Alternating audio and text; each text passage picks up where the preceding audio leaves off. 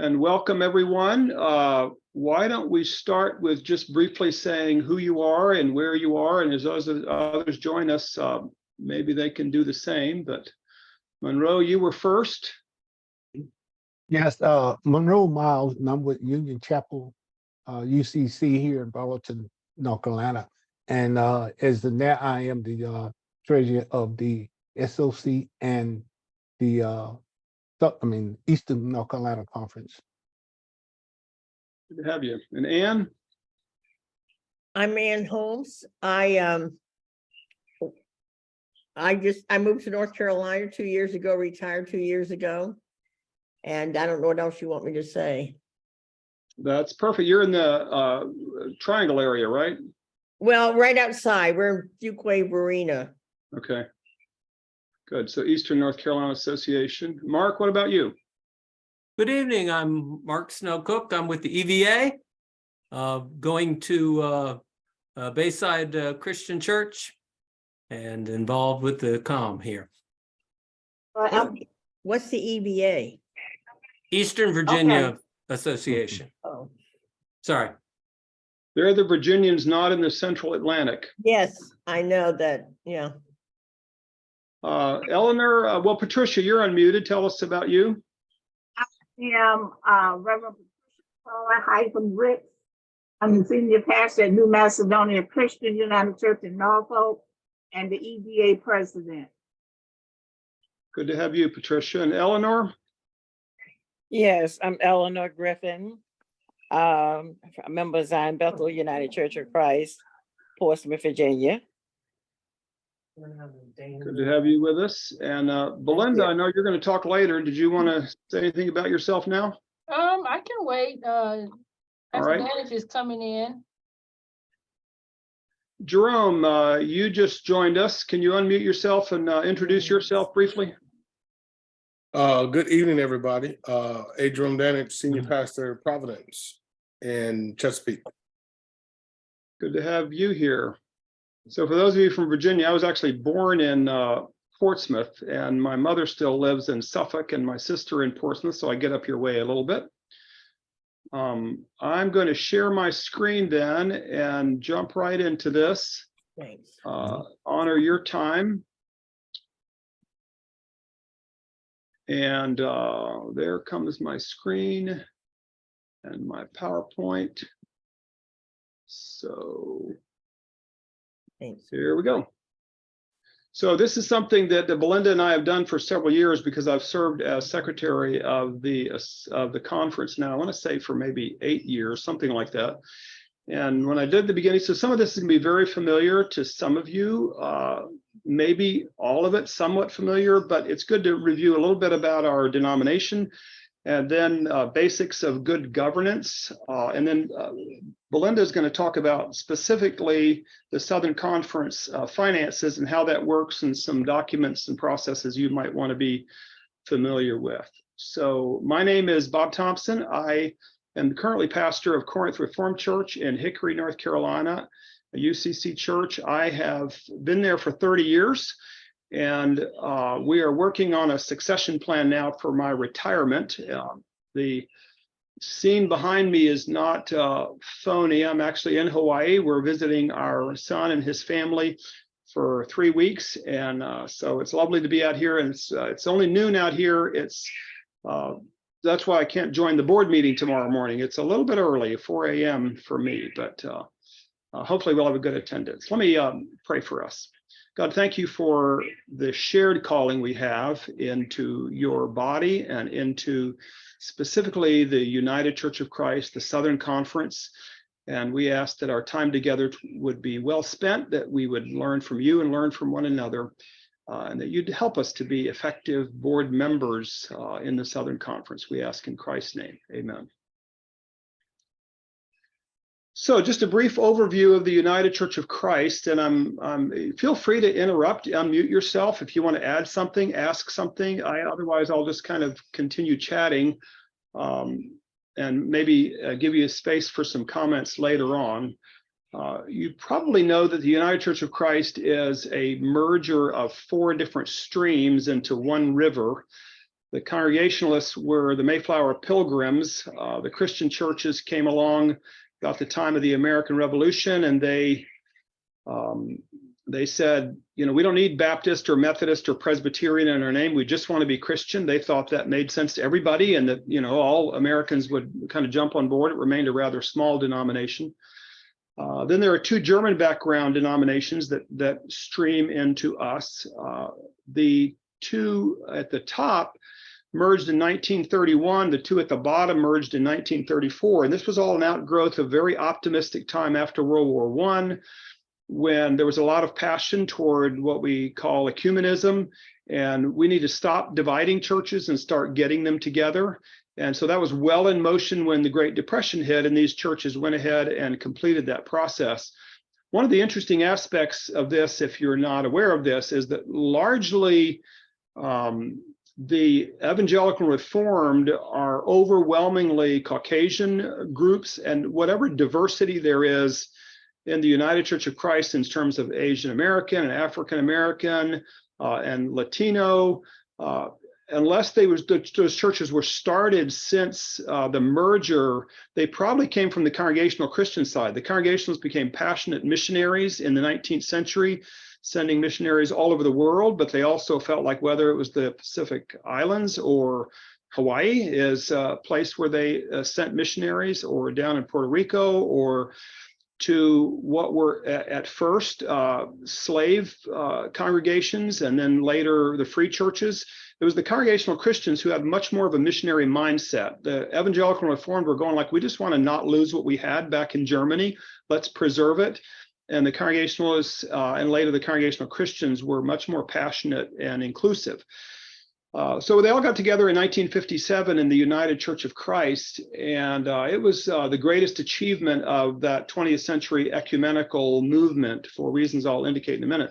When I talk about this to my congregation, I just remind them they were German Reformed, they became German Evangelical Reformed, and then became United Church of Christ. So every church has a path like this, unless they were started by one of the merger churches.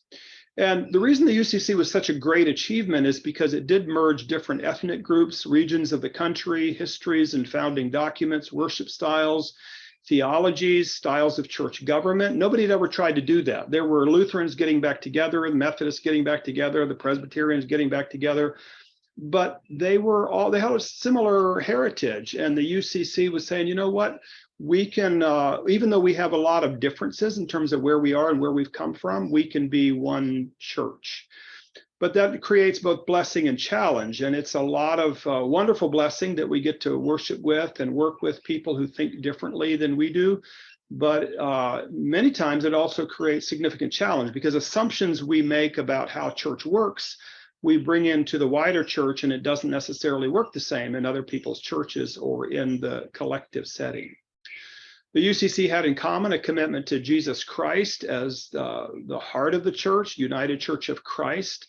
The founding documents say that we adhere to the basic insights of the Protestant reformers. So we are a Protestant church, we don't hold to the distinctives of the Roman Catholic or the Eastern Orthodox Church, where they vary from the Protestant tradition. In general, that's true of most of us. But the UCC also had its predecessor denominations had a passion for unity that exceeded their own backgrounds, whatever they were. And that's obviously why they came together, and also a passion for justice, which includes a passion for peace. Even those German congregations, like they had lived through World War I, and World War II hadn't even happened yet, but they're going like, it needs to be a better world. But it included the Congregational Christians as well, justice for women, justice for all sorts of minorities, and that's continued to be a theme of the United Church of Christ. So the symbol of the UCC, that they all may be one, that's our motto. The symbol itself, I love this, the cross touching the orb, which represents the world, and the cross and crown representing Jesus Christ as Lord and Savior. So that's been our symbol, our logo from the very beginning. The UCC is, in essence, autonomy and covenant. So the Congregational Christians would never have come into this group if they hadn't been guaranteed local church autonomy. It was very important in both of those traditions. And there was a sense in which the evangelical reformed side had to give up some of that because, for example, when the merger happened, the evangelical and reformed voted in by synods. When the Southern Synod joined it, all the churches of the Southern Synod of the ENR Church were automatically in. They could then vote out because they were now autonomous, but they voted in as a group, whereas each individual congregational Christian church had to join the UCC because that was their heritage. Local churches are completely autonomous. But we don't think autonomy stands alone. We think autonomy requires covenant, it requires relationships, it requires commitment, but it's always a voluntary commitment. So we've got this, covenant that every individual can decide whether they want to be part of a church. Every church can decide the level to which it wants to be part of the association, the conference, and the association, conference, and national bodies. They're all autonomous, but they work together in covenant with one another. So when I tell this story to my church, I say we're part of the Catawba district. That's every church in Western North Carolina that is in our county, in Catawba County, and to the west of us, which is one of several districts in the Western North Carolina Association based in Salisbury, which is one of 3 associations in the Southern Conference, which is based in Burlington, which is one of, I think, 37 or 38 conferences in the United Church of Christ, based in Cleveland, Ohio. So just a little bit more about us. Again, some of this is, maybe most of this will be familiar to you, but the associations generally are most visible at their annual meetings, but they also are where most connection and training takes place or has historically, where clergy and church standing. So the only thing left over from the reform side of this in terms of how churches relate is that clergy have their official standing in the association, not in a local church. So I'm an ordained minister by virtue of the authorization of the Western North Carolina Association. Search and call have been largely association centered. The conference is more involved than it was when I got started with this. But the committees on ministry, where church and clergy authorization happen, are based in associations, and they're appointed or elected by their associations. We do have staff members in each association, Warren Cassidy for Western North Carolina, John Myers for Eastern Virginia, and we use these abbreviations a lot, so you might want to recognize them. WNC or sometimes we had the A on the end of it, Western North Carolina Association, Eastern Virginia Association, and Eastern North Carolina Association. Each of them has a designated associate conference minister, and they're the ones that would sort of be the first line of connection to the local churches and to the clergy who are seeking a standing in those associations. Then those 3 associations make up the Southern Conference of the UCC, which also has an annual gathering. It's been virtual for 3 years now, I think. And as Dr. Davis's email this week indicated, this will be the first time we're gathering fully in person for an annual gathering since COVID in 2020. So we'll be in Greensboro, June 23 and 24. The mission priorities of the whole conference are usually driven by the conference. And there are also institutions that relate to the conference as a whole. None of the associations own, say, a retirement home or a camp or whatever. They relate more to the Southern Conference as a whole. And the Southern Conference generally is how we make our connections from local churches and associations to the national setting of the UCC. Reverend Dr. Davis is our conference minister. Almost Reverend Belinda Sledge, she'll be ordained in about a month or so, is our accountant and consultant. She'll be talking here in a moment. And am I correct that Jean Burnett is still administrative assistant in the conference office, Belinda? Yes, I'm sorry. I'm trying to help Lucy at the same time, Okay. but yes. Mhm. Okay. And Curly Stum, when you get the emails, or I think he still does the website, he does a lot of our communication. And Phil Hardy will be on the board as a non-voting member because Johns River Valley Camp is owned by the Southern Conference. The other institutions are not owned by the conference, they relate to the conference, but this one we still own the property and elect the board members who then elect their executive director, and that's what Phil Hardy is. That's up in the mountains of North Carolina, not far from where I am, actually. So then we have committees. I don't know that we'll get these committees going this year because, so one of the reasons that some of you that are new have not heard from us is because last year's virtual meeting was in October, and then the annual meeting, and then we quickly got into the holidays and then other things. And so we tried setting another board meeting and it didn't work out. So we're rather late getting the board itself to meet. But hopefully with this year's annual meeting in June, we'll get reorganized a little bit sooner. But these committees are all indicated in the bylaws of the Southern Conference, and they're all important to what we do. And as necessary, we do have them going, maybe carrying over from last year. Belinda, I think, will say more about the Finance Committee in particular, and the Executive Committee does meet regularly. So those are the officers, President, Vice President, Secretary, Treasurer, and the association presidents, one from each of the three. And the conference minister is also part of the Executive Committee. That group has been meeting regularly about once a month. The United Church of Christ has 3 national officers: the General Minister and President, Reverend Dr. John Dorhauer. The wider church ministries officer, Karen Georgia Thompson, has been nominated as the next General Minister and President. That vote will take place this summer. And Reverend Tracy Blackman, the Minister for Justice and Local Church Ministries.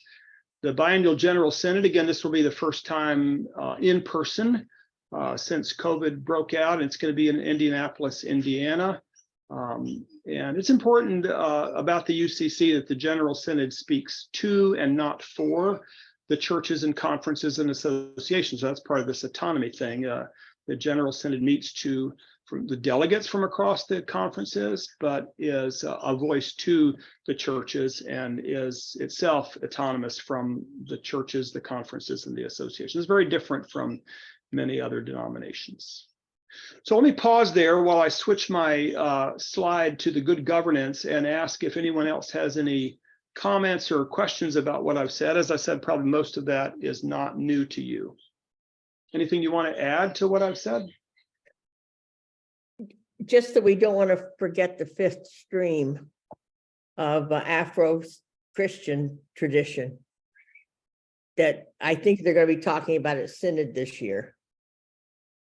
Yes, and of course we have, I mean, the Eastern North Carolina Association is filled with churches and institutions that arise out of that stream. And so, yes, absolutely. It's technically not a 5th stream. It came from the Congregational Christian side, but it is a distinctively 5th stream that is in many ways different from the other streams, even the Congregational Christian streams. Well, yeah, but I think it's still, since we're trying to lift it up, I'm just lifting Great it up. point.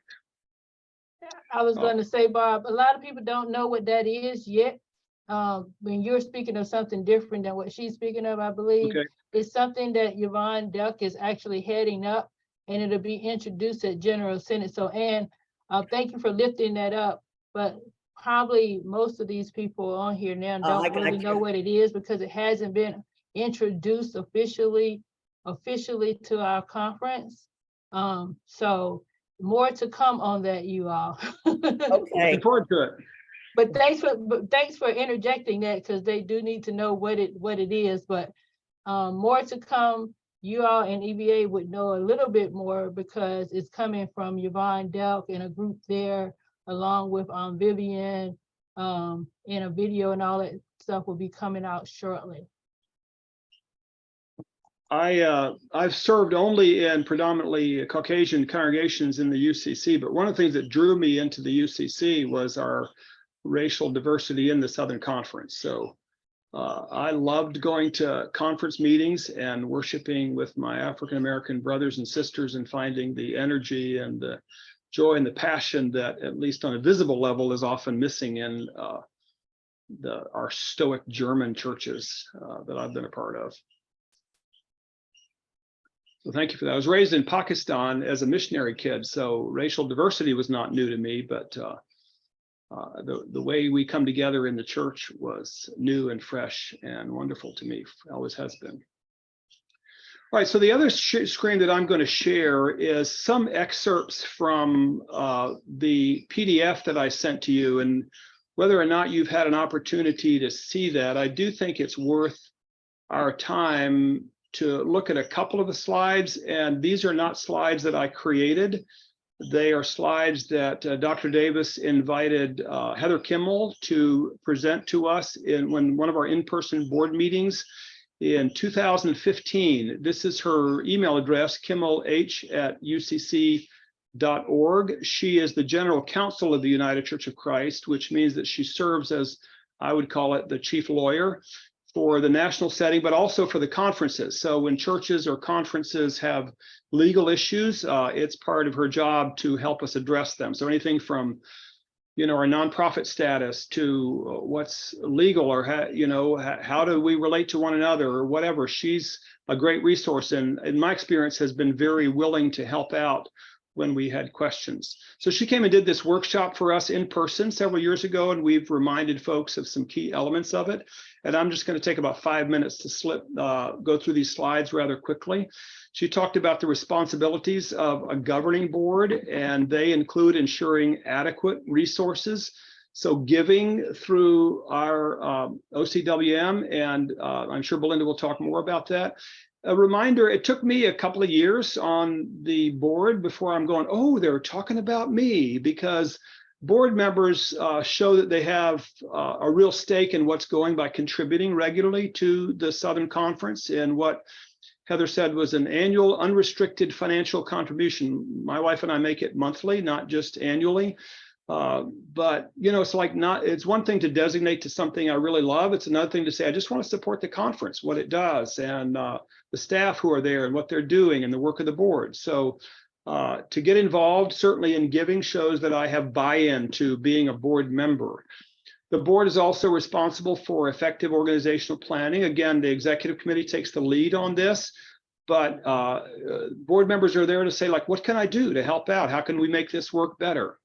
We're all there to support the chief executive. We do not, Dr. Davis is not accountable to any individual board member. All of us have been in local churches where, any local church member thinks I can tell the pastor what to do. That's not true. And I am interested in what all of my church members have to say, or what they think, or what ideas they have. But I'm not employed by 2,000 individual members of my church. I am employed by the church and responsible to the consistory and the elders of our church. And so we, in the same way, Dr. Davis is not responsible to any individual, but collectively he is responsible to the board. So we're there to support him. We have a committee that offers the performance. And I love the no ambushes that Heather put in this, because it's the same way I feel about a local church board meeting. I get actually a little bit more irritated than I should if somebody brings up something in a board meeting that I didn't know about, because I would have liked to have thought about it and addressed it in advance. So board meetings are not the place for surprises, but certainly Dr. Davis is accessible to individual board members and would want to know, if there are any concerns that you have. So good governance arises out of our understanding of what it means to be the body of Christ. It's a beautiful analogy that you're all familiar with, that Paul uses. So one part can't exist independently of the others. We're there to support and nourish one another and each understand our role. Heather also used North Carolina general statutes. She did her homework before she came to North Carolina and looked up what it means to be on a board of a nonprofit in North Carolina. And this is language directly from the North Carolina general statutes. So I'm sorry for the masculine pronouns, but it's the way it's written. A director shall discharge his duties as a director in good faith with the care that an ordinarily prudent person in a like situation, in other words, do your best that you can. What would an ordinarily responsible person do in this situation? And whatever is in the best interest of the corporation versus the interest of me or my church or my area of giftedness and responsibility. I love this phrase, even though maybe Obedience is not a word we often use, but when in context, it's perfect. Like, so the duty of obedience as a board member is to obey the mission and purpose and not to exceed the authority granted by the governing documents. So I'm obeying the governing documents. It's not obeying, the board or a person or whatever. It's understanding who we are based on our governing documents and obeying those and carrying out our mission and purpose in a lawful way. The duty of care is to make sure that we know what's going on in the conference as board members, to prepare for the meetings, to read what's sent to us, to attend the meetings whenever possible. And we'll try to give you a little bit more notice than we have for this week's meeting, to actively participate and to use your best judgment. So as a board member, all of us are responsible to contribute to that. To keep ourselves informed, if you don't have and want a copy of the articles of incorporation and bylaws, feel free to email me back. I will send them to you. Not everybody's that interested in reading them, but I do have the most recent revision of those, and you can simply ask for those. Belinda's going to talk about financial statements, but keep yourself informed what's on the website and so forth. So if there are, again, some of this, I'm not even sure I know where to find insurance policies and all that would be more a Belinda question. But to understand what's going on in the organization and to review those documents is important. To prepare for meetings, to review and understand the agenda, research complex issues if something is coming up, and to talk to others to gain an understanding of those issues. The duty of loyalty is to put the conference interest above my own when I'm acting in behalf of the conference. So I have to distinguish between being a board member of the conference and whatever my own private concerns might be or perspectives. And again, this goes back to the challenge and the opportunity of diversity within the UCC, because sometimes we think things make perfect sense to us, but we're part of a larger group. So we should advocate for our point of view during deliberations, but then when a majority decision is made, to support that decision as a member of the board, both publicly and certainly within the board, to say, okay, I was in the minority here, but it's okay. And this last point is important: to avoid and or properly disclose conflicts of interest. So those don't come up very often, but when they do, maybe there's a sale of a property and you happen to be somebody who's interested in buying the property or whatever, like that's an important thing to disclose when there is a potential conflict of interest. It's helpful for people that have not been on nonprofit boards to know that North Carolina law does protect you from liability for actions that are made by a board if those board members are not acting with a conflict of interest, if that's what it means to be disinterested. So if it's a business decision made by the board, the assets of no individual are at risk. I'm not sure whether this law has changed or not, but that's also true of a church. If a church is incorporated, not all are, but it's one of the reasons that I've made sure that my churches were incorporated, because then when there is an action that makes the organization liable, my personal assets and the personal assets of members or board members are not at risk if there's an incorporated body and if people are acting in the best interests of the board as board members, and if they're not abusing their discretion and acting in good faith. So finally, attributes of a high-performing board then are that the role of the board is clear and distinct from the role of the staff. We are not all assistant conference ministers. The conference minister supervises the staff. We do not. And so he reports to us as a board, but then he supervises his staff. The role of individual board members is clear, which is what I've been trying to do today, and boundaries are maintained. And when there's conflict, we effectively work on that. We raise it in appropriate ways and we manage it effectively. So those are some of the highlights. Any comments or questions on that before I turn it over to Belinda, or anything else you read in Heather's document that we might want to add?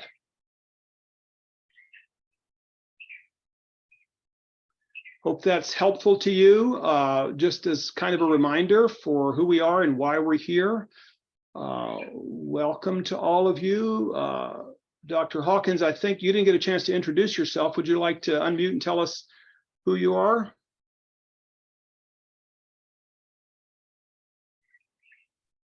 Hello, everyone. I am Dr. William A. Hawkins. I am in the ENCA Association, and I am the founder of Center of Faith Ministries here I live next to the Franklinton Center, for those who may know what the Franklinton Center is. And so I'm glad to be here. Good to have you. So I'm going to turn the screen over to Belinda. I think she'll be able to share her PowerPoint, and she'll give us an overview of finances and maybe some other matters in the Southern Conference. Don't forget you're still muted, Belinda. So I am going to share my screen. Most of you on here know who I am. I think I'm not that familiar with Ann, but I know Ann's name.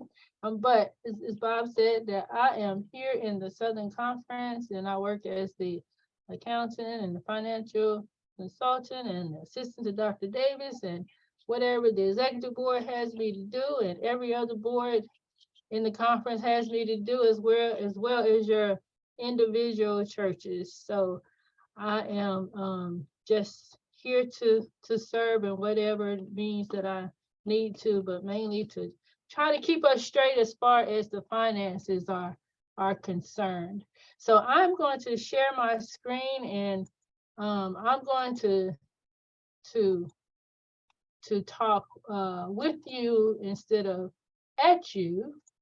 And so I labeled this, and I always start this by saying, and Bob kind of went over some of these things, but I always say, so you have joined the Southern Conference Board of Directors. So now what? And some of you know you joined because maybe you really did want to be here, which we hope is the case. Some of you joined because we probably called you 1,000 times and said, we really need you to be here because we don't have anybody else to take the job. But nevertheless, and I say job loosely, but sometimes it may seem like a job, but nevertheless, you joined for one reason or the other. So I'm going to have you to unmute and tell me why despite what Bob said, why would you say that you actually did decide to be a board member? And anybody can go first.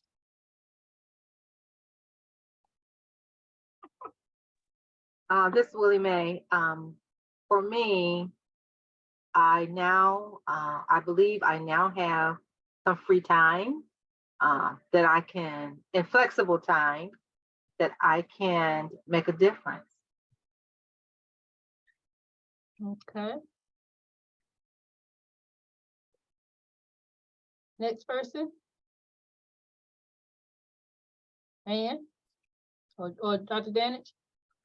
Belinda, yeah, I was asked, and in doing so, just to then be a part and to help whatever way we can help and grow in whatever way we can grow. So, not that I have a whole lot of free time, but you know, it's something to be said about, you know, buy-in and being a part of something and the message it sends to the people that you lead. Okay. Well, I said yes because it's been 2 years since I've been on our board, and I was starting to get anxious not being on a board of directors of the conference. Just kidding. But I think that the board is so critical to how the conference and association is run. And it's a place that keeps, it's like a check and balance system. And it's so desperately needed, I think, in any kind of nonprofit, and certainly in the church. So I'm excited about it.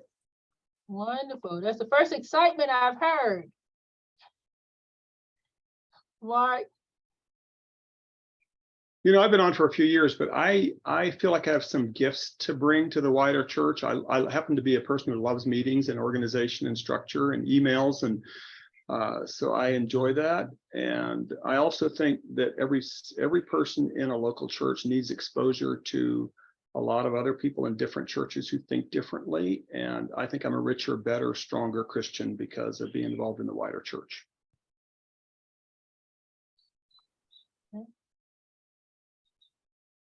Mark? Yes, Belinda. let's see, got myself unmuted. That's good. Well, now that I'm retired, it's been interesting to be sort of involved in my local union still, being asked to help in the state union, but even in my role and responsibilities in the Commission on Ministry for the Eastern Virginia Association, it's a whole another layer. I just find it interesting to sort of not being sort of in the fray, but sort of being that body that's above to offer wisdom and insight and direction to get people to do it. And you need organization. So you need those willing people. Willing people, okay. And Lucy's having trouble getting on. So Lucy, I'm gonna ask you the same question. They may can hear you or may not. Okay, can you guys hear me? Yes, they can. Okay, great.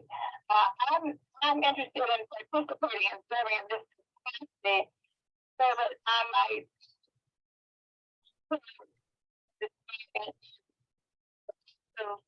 inspiration and the with the various churches that kind of grace members in their duties and members and how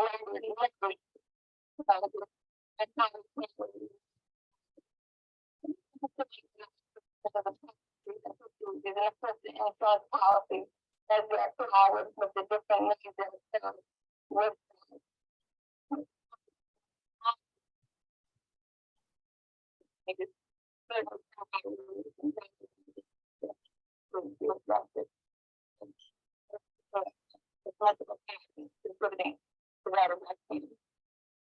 Well, wonderful. And all of those were great answers to why we actually need board members.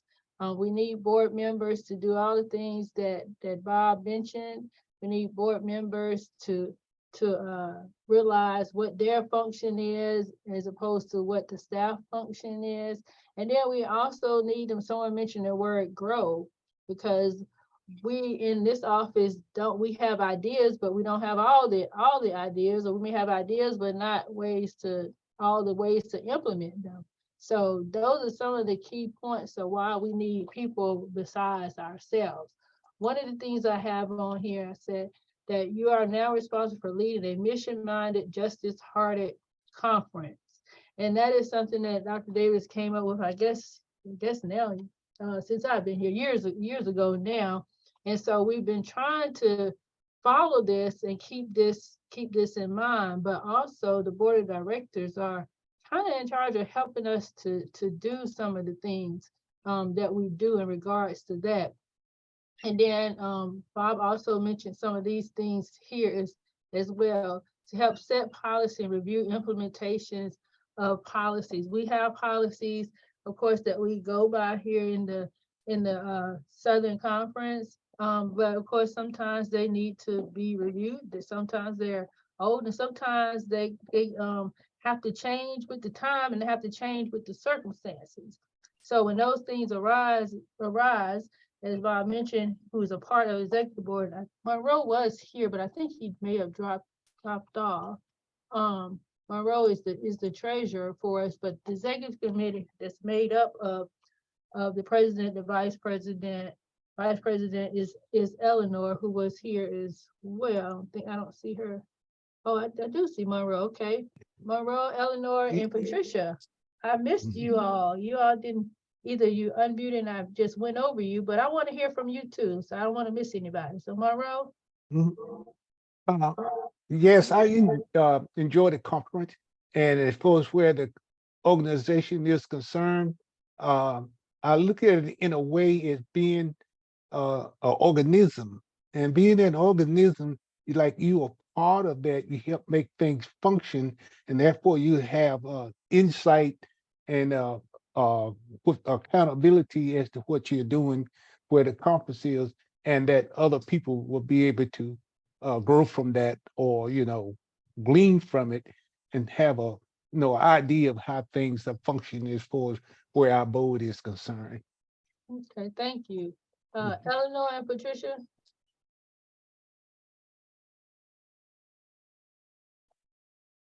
Okay. I, There- So this is Patricia Ricks.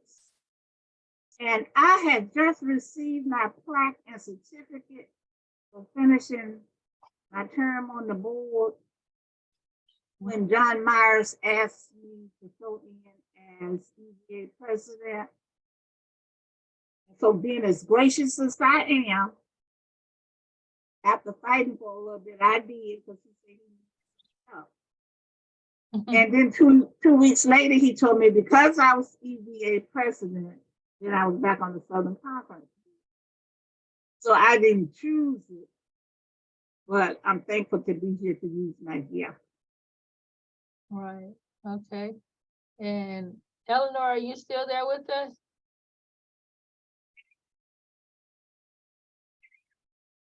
Okay, Yes, I am. okay, and you joined the board because? Well, I was nominated and I,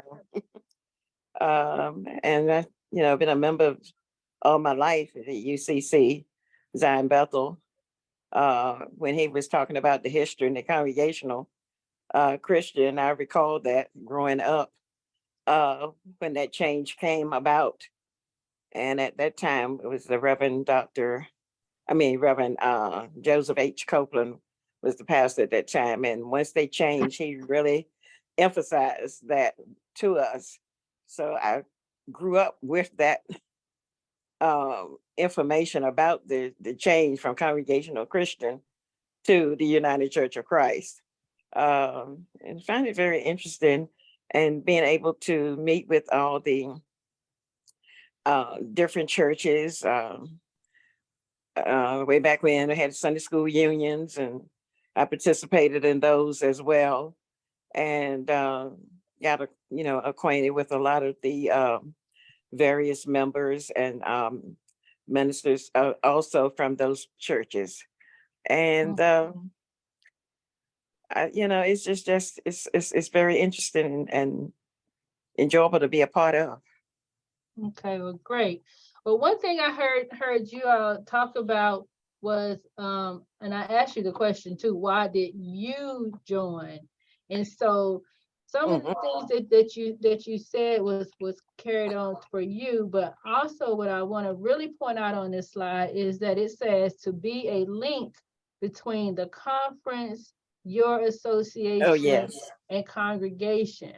True. So you are here representing not only yourself, but you're also representing your own congregation as well as whatever association that you belong to.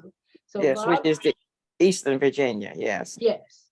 So Bob alluded to the fact of, some things in the board meeting are confidential, which means that there are things that only go on in the board meeting to be shared among other board members, present board members, not past board members. True. But at the same time, there are other things that we need to say, hey, we need you to take this back to your congregation. We need to take this back to your association.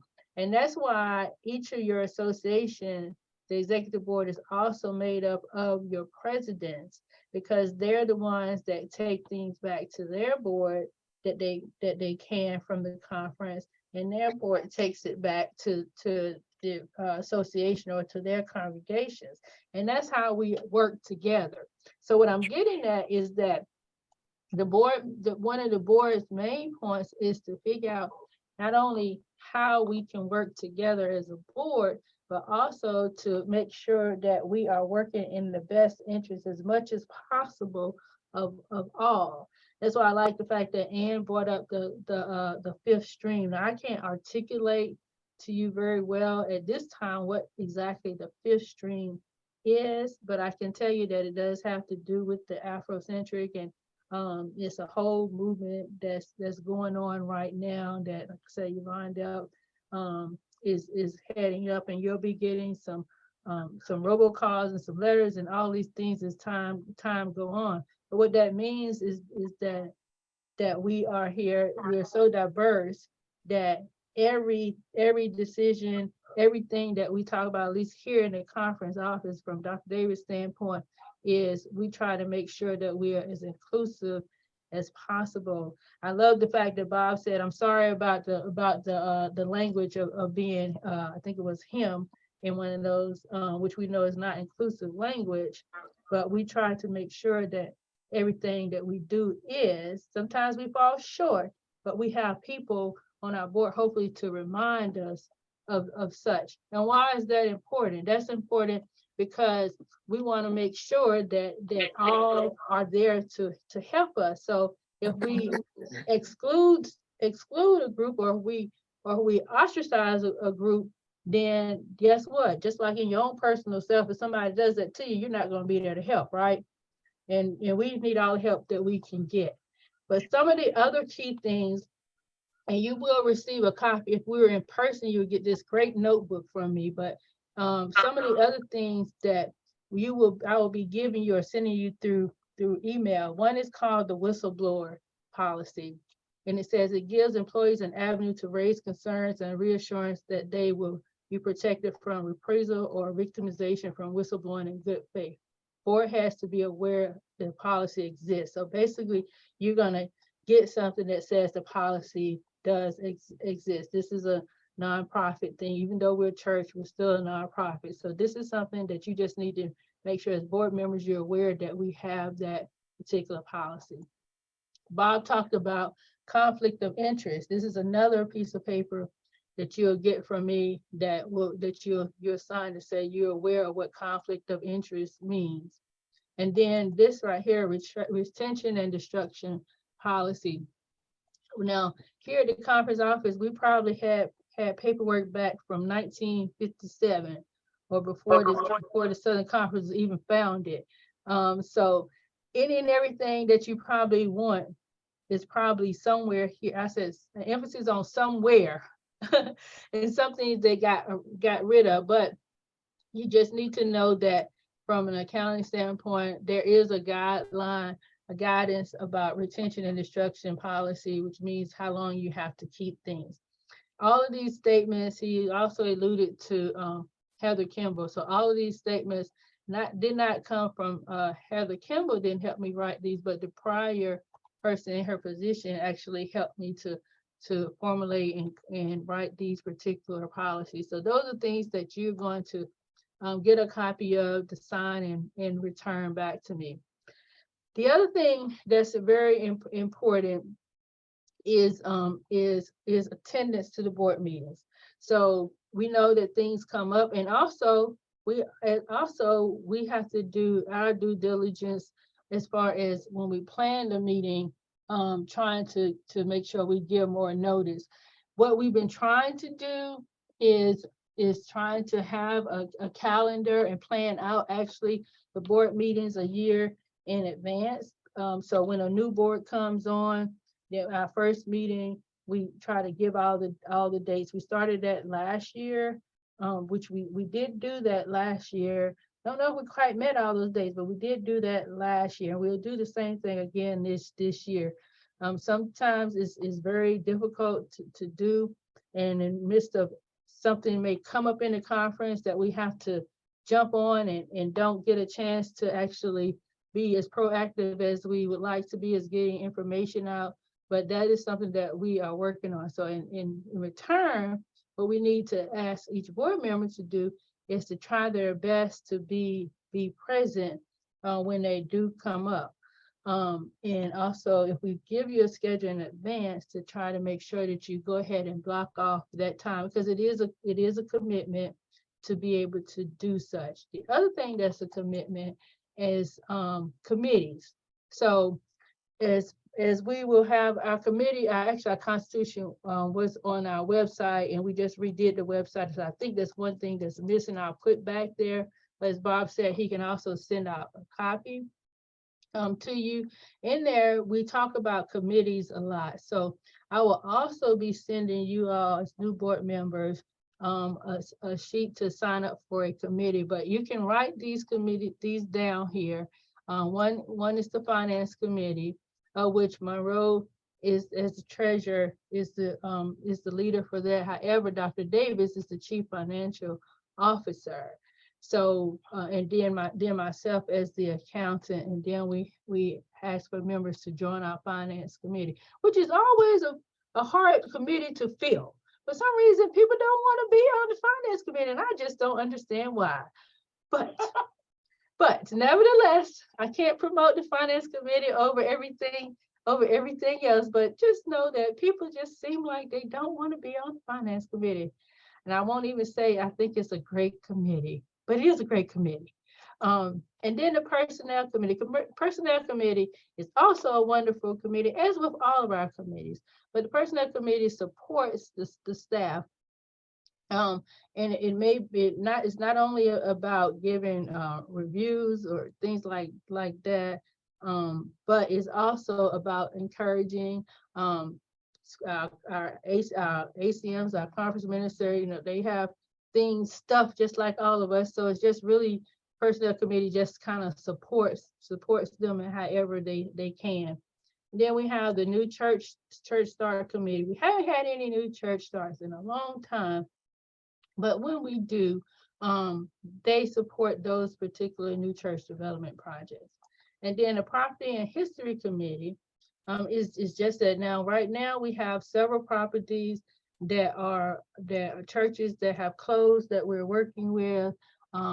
Whenever there's things that's needed for various properties, this says preserve materials relative to the history of the Southern Conference. And as you know, probably from your own church, maybe 100+ years old. So you have things that's relevant to our history that the properties and history committee kind of have to put together to make sure that it stays with us. So you'll be receiving, I'll be sending you probably an email right after this for you to decide which committee you want to be on. I will say that you do need to sign up for a committee, because if you don't sign up for a committee, then we place you on a committee. I say we, as meaning the executive committee places you on a committee so that we can try to have an even balance. But we'd like to give you a choice in the matter. And if we don't have an even balance and we have to ask you to move to another committee, then we would do that. But you'll be getting that as well to sign up. So the ultimate thing that you're responsible for is at least having a general knowledge of understanding our profit and loss statement. So for me, we do account for every dime that comes into the Southern Conference and every dime that we spend out in the Southern Conference. Hence, that is called our profit and loss statement. This is what I do, all the work that I do for finances to ultimately get to the profit and loss statement. So what does that mean for you? What that really means for you in essence is one, trying to understand it so that if people on the outside ask you questions about it, that you can articulate a little bit about what you know about how the funds go in the Southern Conference, or you can just direct them to me. However, as a board member, I try to make sure that you at least have some type of knowledge.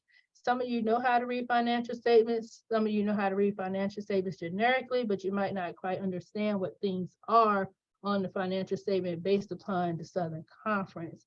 So tomorrow, for those of you who will be at the meeting, I'll be going over the year-end financial statement, and you'll be able to see exactly how things go in the statement.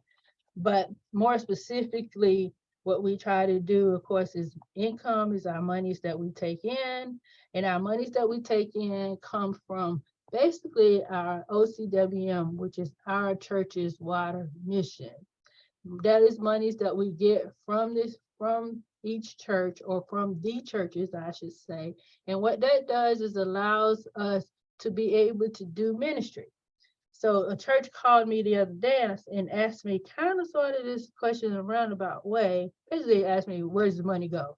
I said, well, money goes pretty much the same place that it goes in your church, because it comes in for our operations. So we pay our utilities and all those things out of the monies. But most importantly, the monies go towards doing mission and ministry. So helping our churches, coming for your joys, coming for your concerns, coming from your problems, coming for your ailments, all those types of things, of course, cost money to do. Whether we get in our cars and travel there, have to spend the night, whatever, costs monies.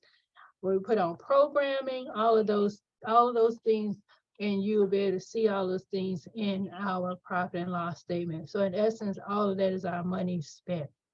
And then the other thing that we do is we also put out a budget every year, which if you come to the annual meeting, you know that the budget actually gets voted upon by the body. Well, the steps that budget takes is the finance committee reviews it, then it goes to executive directors, then it goes to you all to vote on, to be able to say, yes, you can take it to the annual meeting for their vote.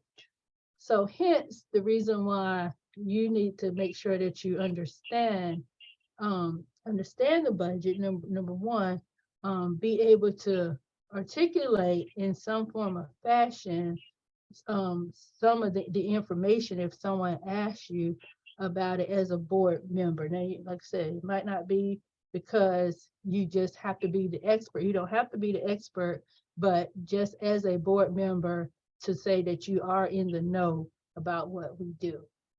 So in essence, and then also talking about checks and balances, is that each year we have an audit. This year I think we are probably, we're doing our audit every year. I think we're about a year behind now. COVID threw us off with our auditing process.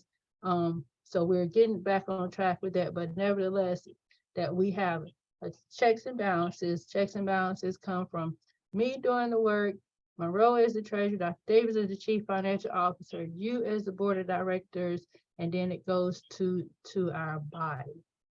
So in this arena, not to mention the fact of all the things that Bob talked about as far as your responsibilities go, but another major part of it is the financials. Now, we also alluded to our insurances and our property insurance, things like that. We are insured by the insurance board, which also means we have board liability insurance, and we have insurance on all of our properties that we own. Some of these things you're here to hear a little bit more about probably tomorrow, but that's kind of an overview of what you need to know from the financial arena. So I'm going to pause and ask if there are any questions or any things that you want me to go over. One other thing I wanted to say is Bob also talked about contributions, and Heather said that each board member should give some type of contribution. Dr. Davis said the only point he wanted me to bring out is that while your contributions could be in the form of monies each year, one of the other contributions could also be in the form of each board member is expected to attend the annual meeting. So contribution, and you also register for the annual meeting, pay for that as well. So that could also be considered your board contribution as well when you come. So those are the things that I wanted to point out in general. And so I want to ask if there are any questions that I can answer for you.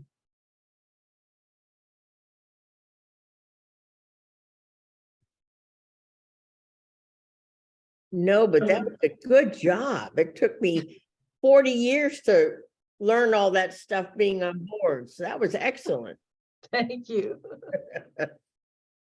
Belinda, I've Bob always and I been had curious. good practice. Good work. I've always been curious why they don't have a different terminology for a nonprofit organization other than profit and loss. How do accountants answer that question? We normally say that, well, think of it, even though it's nonprofit, don't get hung up on the word nonprofit, because non means no money to when you hear the word nonprofit. But I always say, think about the fact of if you wasn't supposed to have money, how would you keep the lights on? How would you keep the telephone on? Basic things. So it's really not nonprofit. It's just that is more so how the government classifies the organization and not the money. And most people think of it as money and not the type of organization. Yeah, they use the same terminology at my church. It's weird to have profit and a nonprofit. Got it. Yeah. So think about it as not in terms of money, but organizational structure, just like you talked about your, being incorporated. So think about it as a structure and not alluding to money.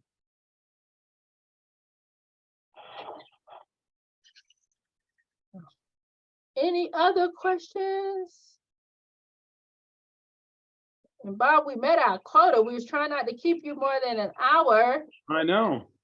And I think we did it. I have not sent out the things that you need for tomorrow, which is not a lot, really. Dr. David, everybody has a report. The reason why I haven't sent it out is because for the financial statement, I like to do like a quick things to know sheet and basically pointing out things that you just really need to know, as opposed to trying to decipher all of it at one time.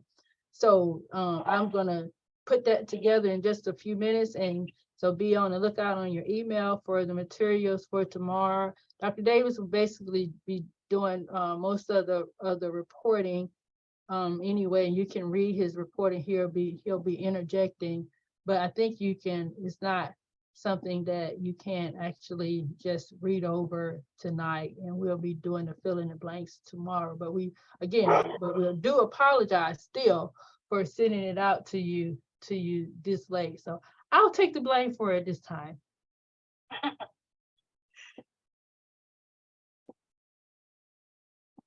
Belinda, out of curiosity, how long would the meeting be scheduled tomorrow? Well, we have it How scheduled. long would it be? We have it scheduled from 10 to 12. In actuality, unless you all are very talkative, it's probably gonna be a good hour. We're gonna stay till 12, however long we need to stay till 12 at least. But the materials that we are going over basically is informational. We don't have any real votes tomorrow, Bob. Only thing that you'll do is approve the financial statement. Even that is 2022, but that still is just a preliminary financial statement for me just to tell you what happened for last year. So since we don't have any earth-shattering things besides just giving you information, it really shouldn't last that long, but it's scheduled from 10 to 12. Thank you. Well, thank you, Belinda. I think we're done then.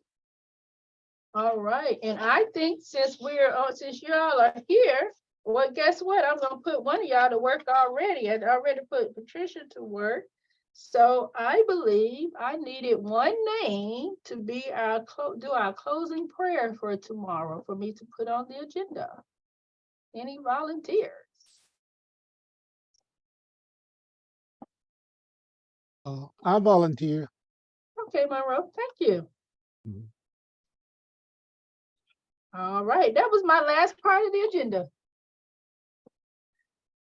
All right, blessings, everyone. Blessings, thank you. Be blessed. Have a good night. You too.